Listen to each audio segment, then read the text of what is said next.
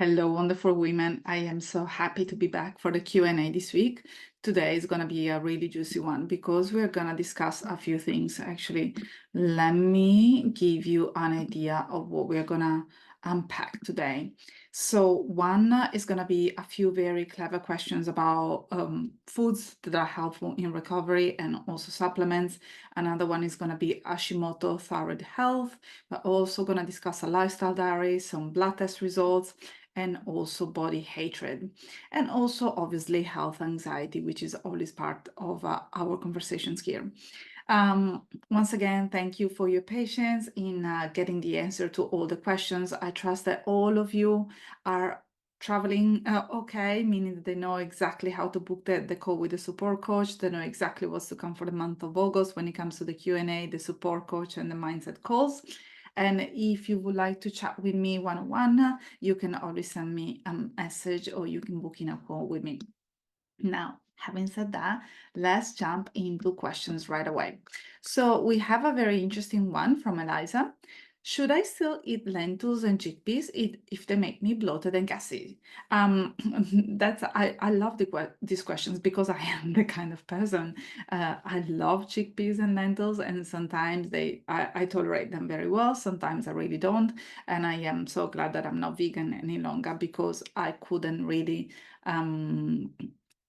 I didn't enjoy the level of bloatiness and gassiness for basically ever. But lentils and chickpeas are indeed nutrient rich and high in fiber, protein, and essential vitamins. However, if you're experiencing significant bloating and gas, it might be a sign that your digestive system is struggling to process these foods in the most efficient way. So what can we do about it? So first of all, I would really encourage you to listen to your body.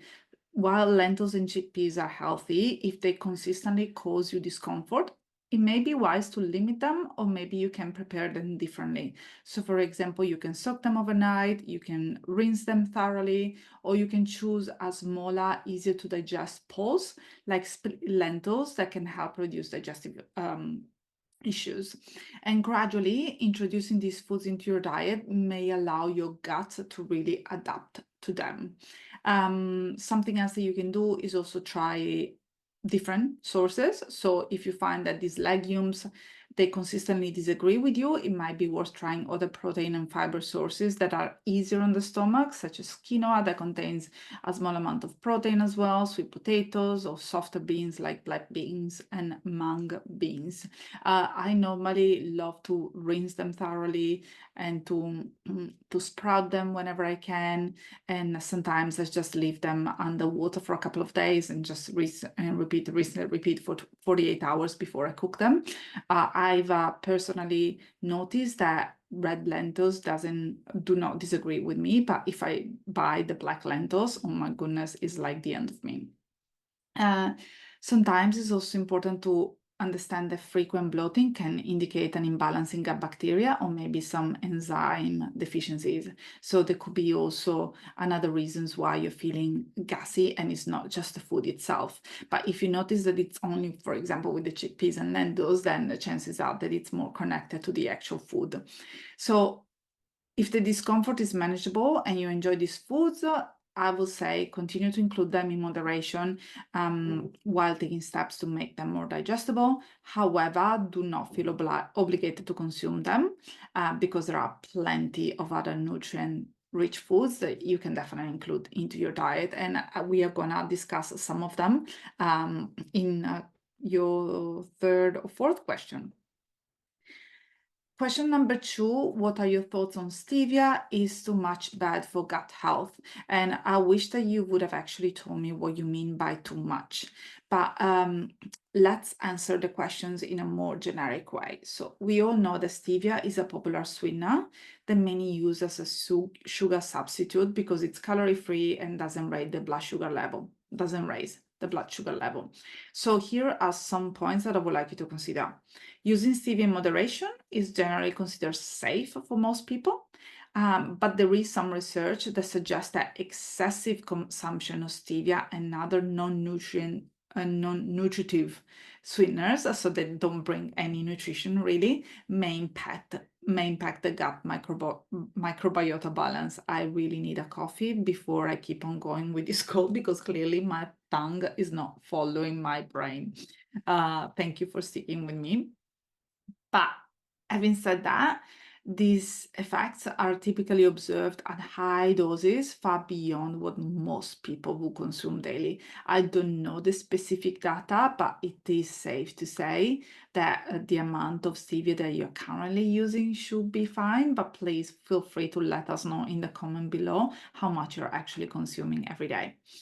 So if you prefer the taste and it helps you to have your drinks and your food without having any adverse effect, I will say continue to use it in moderate amounts. Otherwise, you can also try to alternate stevia with something else. I am a big fan of monk fruit because it has a less stressful impact on the gut microbiome. It comes from a plant, it doesn't raise the blood sugar level, and it's the only downside of monk fruit is that sometimes it's more expensive because it's I think that it's more difficult to obtain, and normally most of the monk fruit that you find is actually organic, so there is that extra level of costing. Otherwise, you also may want to try some maple syrup, some honey, or simply just to go, like if you add it with your coffee, see if you can actually get rid of the stevia completely and see if you can adapt your body to more natural flavoring, because sometimes we rely on these these sweeteners because we have adjusted to that taste. But for example, if you have always been taking your sugar with your coffee with some sugar, you may want to try and decrease it from 2 sachets of stevia to 1.5, and then to 1 sachet of stevia. And then maybe you're gonna get to a point where you're gonna decide, I actually like my coffee just with milk. That's sweet enough for me. Or maybe it could be milk with a sprinkle of chocolate, and that gives you the extra sweetness. In terms of question number 3, thoughts on tuna as a protein source and alternatives for easy, high-quality proteins. Yeah, tuna. So tuna is convenient and accessible. There is no way to deny that. However, there are some considerations to keep in mind. So first of all, and something that you are all aware of, tuna can contain higher levels of mercury, especially the albacore tuna and the largest species. And whenever you go and buy your tuna steak, or whenever you go to a restaurant and you order tuna, or even sometimes when you buy the tin tuna, I've noticed that they never actually say which type of tuna you are ingesting. Tuna is usually recommended to consume in moderation, no more than 2-3 servings per week, particularly if you're planning for future pregnancies. My preference is to actually keep tuna intake to once per week maximum, and also when you're pregnant. So you can also decide to go cold turkey, meaning not having any tuna when you're pregnant because of the level of mercury. But the reality is that mercury is found also in different large fishes, and sometimes also when you go and get your fish and chips, the white fish that it's inside the fish and chips, it's one of the large fishes, and when they don't tell you, it's actually shark, which is really bad and not eco-sustainable. But they do contain some level of mercury. So if you really enjoy it, I would say just maximum of 1 to 2 servings per week, and down to 1 serving once you get pregnant. There is a brand here in Australia that actually sells tuna that it's a more sustainable version of tuna that is less impactful on planet Earth. I think that the level of mercury is going to be the same anyway. And I don't remember the name of the brand, but if you're interested, just let me know, and I'm gonna just take a trip to the Harris Farm Market, and I'm gonna let you know which one it is. So we have already covered the mercury topic. So let's actually unpack which other alternatives you can buy or have every day, so that you can substitute the tuna with something else that is still quite cost affordable.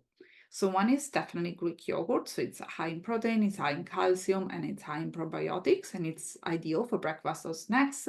Eggs, they are easy to prepare, highly versatile. You can boil them, you can mash them, you can make an egg and avocado sandwich, you can create a frittata, you can create an egg muffin in the morning or just as a snack.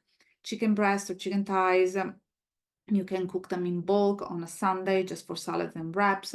Another good one is canned salmon or sardines. They are rich in omega-3 fatty acids. They are lower in mercury than tuna. I normally say just go for the wild caught salmon because it has less fat. Like if you actually jump on Google and if you ask for an image of a wild caught salmon and you compare it with Atlantic salmon, you will see that the difference is absolutely massive. Like the layer of fat is basically non-existent in the wild caught salmon on the outside and also on the inside, and the color is much more prominent in the wild caught salmon because basically that's a known farm salmon that has been swimming upstream and has been exercising all its life. So it contains a higher level of omega-3 fatty acids, and it doesn't contain all the junk that unfortunately the farm salmon are fed with. Something else is tofu. Just always go for the organic tofu. It's once again very cost effective. One block of tofu can last you for 2 big meals. And tempeh as well. They are plant-based proteins that are easy to cook. Cottage cheese, it's one of my favorite because you can make also ice cream and you can make mousses and you can spread it on your toast or you can add it to your eggs. So it's really a high protein dairy, easy high protein dairy option, and it's excellent as a snack or as an addition to a meal. Chickpeas and lentils, we obviously discussed before, and quinoa is another one that I really enjoy because it provides complete protein along with fiber and minerals. So in conclusion, I would say that tuna can be part of your protein intake, but it would be important for you to consider rotating it with high quality protein sources just to ensure that you have a balanced diet and minimize the mercury exposure. One more question for you. Questions number 4 was in regards to your walks. So are my 45 to 50 minutes morning walks too much? As we all know here, in recovery from hypothalamic amenorrhea, exercise needs to be carefully managed depending on your situation. Walking is generally low impact, it's a healthy activity, and the duration and the intensity should actually be monitored. So there are a few things that I really would like you to consider. So the first one is to assess your body response. So if you're well fueled and feel generally energized without fatigue or without anxiety, your walks might be okay. However, excessive walking, even if it's low intensity, can still stress your body and impact recovery. So before you go for a walk, ask yourself, do I have the energy to actually go for a walk? Do I want to do it? Or am I just doing it because I think that I need to? Is it coming from a place of anxiety? Am I trying to run away from something? So always ask yourself that specific question. And if you can, just make sure that you fuel yourself before going for a walk, even with a little snack, if you don't have that appetite to have a proper meal before going for a walk. And if you can look for a flatter surface, it would be ideal. Something else that I really would like you to focus on is actually rest and recovery. So recovery involves not just the physical rest, but also reducing the psychological stress associated with exercise. So you might consider reducing walk time slightly or alternating that with rest days to prioritize healing, or maybe with some stretching, some gentle core movement, but what was the word that I was looking for? Some stability and flexibility movements. These are all very important just to keep your body strong and healthy, because when you're going for a walk, you're basically always engaging in the same motion. So you are not really switching on different parts of the muscle in the body, and you're always switching on the same part of your brain. So I would really encourage you to start switching your walking activity with maybe something else that you enjoy, that you could enjoy as much. And last but not least, always tune in into your body signals. If you notice increased fatigue, if you have changes in appetite, if you're stressed around walking, that it may be a sign that it's time for you to reduce the intensity or frequency, or that maybe it's time for you to actually add something else in. And then last question for you, my darling woman, is could not taking the suggested supplements delay progress? Why? So supplements can definitely play a supportive role in recovery, especially if they address specific deficiencies or need. So if you had anemia, I would say absolutely we need to get you on some iron. If you were struggling with falling asleep, or if you had a restless leg, then I would say we need to come in with some magnesium, zinc, and possibly some iron. If you're constantly getting sick, then I would say let's make sure that we bring some vitamin C eye level, some iron. If your problem with eliminating the excessive estrogen in your body, then I would say some B vitamins, some glutathione may be essential. So as you can see, there may be different reasons why supplements can really help your recovery journey. But if you went and see a naturopath, they will say absolutely yes. If you don't take the supplements, there is no way in hell that you can recover yourself. I feel the supplements, they're like the fairy dust, something that you can sprinkle on top of your organs, and that possibly is going to speed up your process slightly. But if you are in a place where buying the supplements can create more anxiety because they're not financially sustainable, then I will say that is going to delay your progress more than actually taking the supplements. If you're experiencing bloating in general, if you're getting full quickly at the beginning of a meal, I would say definitely let's get you started with some digestive enzymes. They're very cheap and they can really help to improve the absorption of nutrient, and that can be beneficial if you're experiencing digestive issues. If you were lacking vitamin D, once again, I would say let's make sure that you're getting enough vitamin D. So first of all, my approach will be to start you off with supplements that I think that you really, really, truly need. And if I can, the one that are also more cost efficient. What else would I want to say? Supplements, though, they are only one part of the puzzle, and ensuring a nutrient-rich diet and making lifestyle changes are often more impactful than the supplements alone. So, if you're seeing progress with your current regime, I will continue focusing on consistent dietary habits, stress management, lifestyle changes. And then if you get to a point where you're stalling, revisiting supplements can be something for you to do. All right. So I hope that I've answered your questions. And now something that I would like to do is jumping on Bettina blood test results.